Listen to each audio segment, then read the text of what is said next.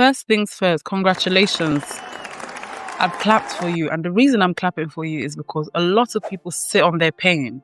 You have this pain, you haven't sat on it, you're willing to invest your time to find out more information. Now, let me get into the 7 biggest mistakes that Forex traders make.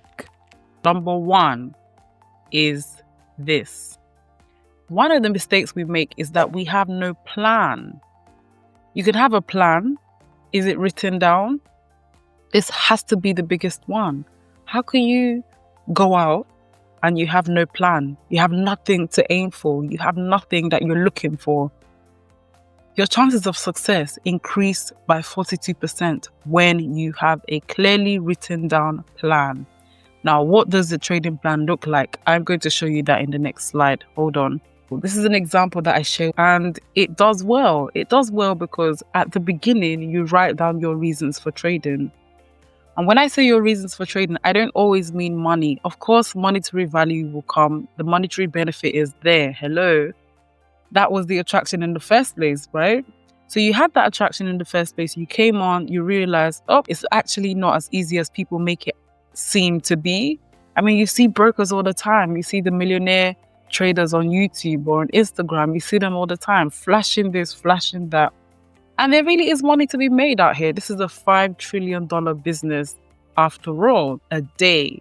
So of course there's money for our 1K a day, 5K a day, however much you want to make. There is money in the market. However, if you don't have a clearly written down plan, what you're saying is you don't know what you want. And at the beginning of it, if you can clearly see your main goals, for example, one of my main goals is to change the trajectory of my generation. I put that there because it carries a lot more weight than I just want to make more money. Besides, if you wanted to make more money, what is the amount, right? So if you have a clearly written down goal as to why you're trading in the first place, when times get rough, you are more likely to keep doing it. Why? Because you already have your reasons in the first place.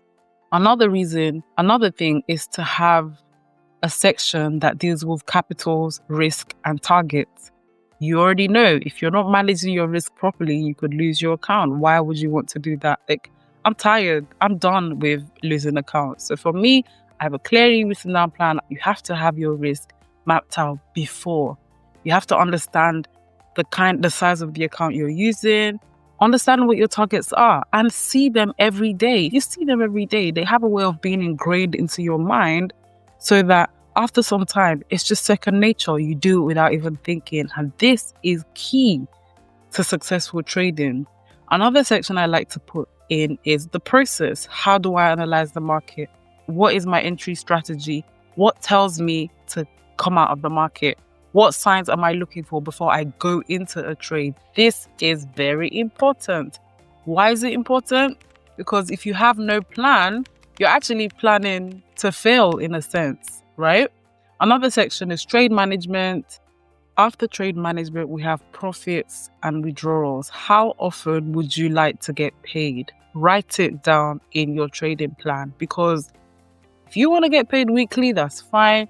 If you want it daily, also fine. Just have a clearly written down strategy for your profit withdrawals. This will help. Believe me, I speak to hundreds of traders and the amount of times you see these mistakes, it's like, oh gosh, seriously, what are we doing? Another big mistake I see traders making is that you haven't yet owned your strategy. This is what I mean. If I ask you what strategy you trade with and you tell me Anita's strategy or Jeff's strategy or whoever taught you to trade, right? If their strategy is your strategy. So if you're trading and you call the strategy you use by another person's name, you haven't convinced me. You have not convinced me. And to be honest with you, you haven't convinced yourself, because if that strategy loses money, or because every strategy has a losing streak, when that strategy loses, do you blame that person or do you take responsibility for that? Now, if I'm using Michael's strategy to trade and I have a day where there's a loss, I made that loss, not Michael. So have I taken ownership of that? This is important because if you're able to take ownership of your trades, then when it's going well and when it's going bad, you know that it starts with you and you know that it's up to you. If it's up to you, then fantastic. Here's why it's fantastic. Because nobody told you when to enter and when to come out. You decided that.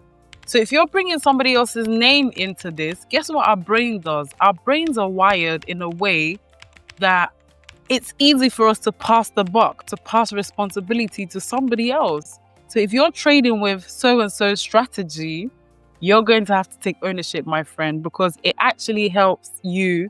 It actually helps in the profits that you see, because if you know that you're responsible, then as you're analyzing the market, as you're planning trades, you just own it more.